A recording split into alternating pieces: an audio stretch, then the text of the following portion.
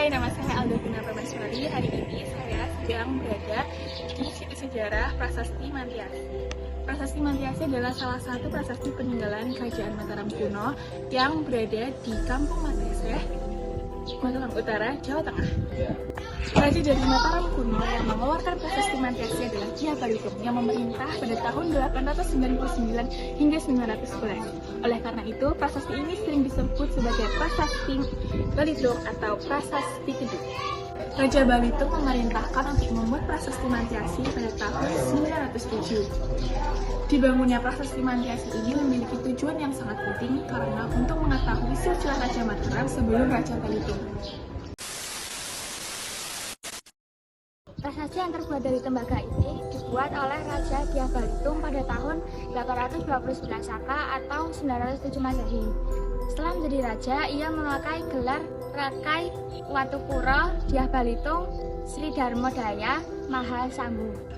Sebetulnya Raja Balitung bukanlah pewaris tahta Mataram kuno yang sah. Apabila ditelusuri, Raja Balitung bisa mewarisi tahta kerajaan ini karena menikahi putri penguasa kerajaan Mataram kuno sebelumnya, yaitu Rakai Watuhumalang. Untuk melegitimasi kedudukannya, Raja Balitung mendirikan Prasasti Mantiasi. Prasasti Mantiasi atau Prasasti Balitung terdapat hal-hal penting yang menjadi sumber sejarah bagi Mataram kuno. Nah, apa aja sih isi dari Prasasti Mantiasi atau Prasasti Balitung? Nah, jadi isi dari Prasasti Mantiasi itu yang pertama berisi tentang silsilah Raja Mataram kuno sebelum Dyah Balitung. Yang kedua, berisi tentang desa Mantiasi yang ditetapkan oleh Raja Balitung sebagai desa bebas pajak. Yang ketiga, sebagai hadiah pemberian tanah dari Raja Balitung kepada 5 patihnya karena berjasa bagi kerajaan Mataram kuno. Nama saya Oki Barcaksono, absen 27. Berikut adalah raja-raja yang memimpin Mataram kuno berdasarkan Prasasti Mantiasi.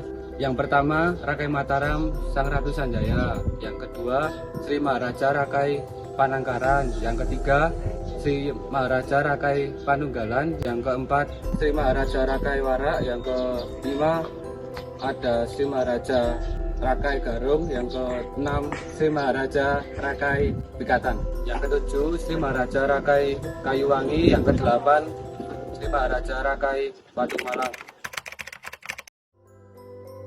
Perkenalkan, nama saya Siva Ningtyas, absen 8. Jadi saya di sini akan menceritakan mengenai kisah Raja Mataram Dyah Balitung yang merupakan penguasa Mataram kuno. Jadi beliau ini sangat memperhatikan mengenai peningkatan perekonomian yang terjadi di negaranya pada saat itu.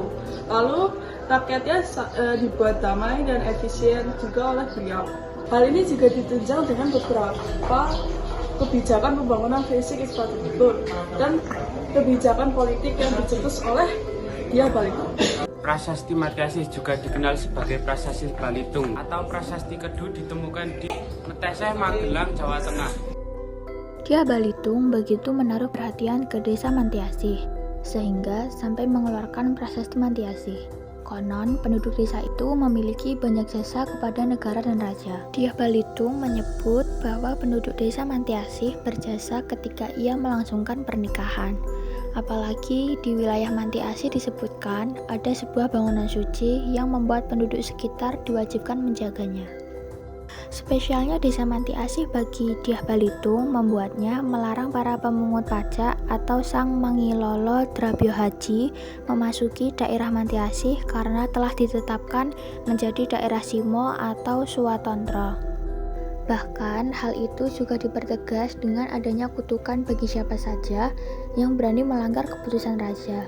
Misalnya akan menemui kesengsaraan dan jika memasuki hutan akan dipatuk ular berbisa.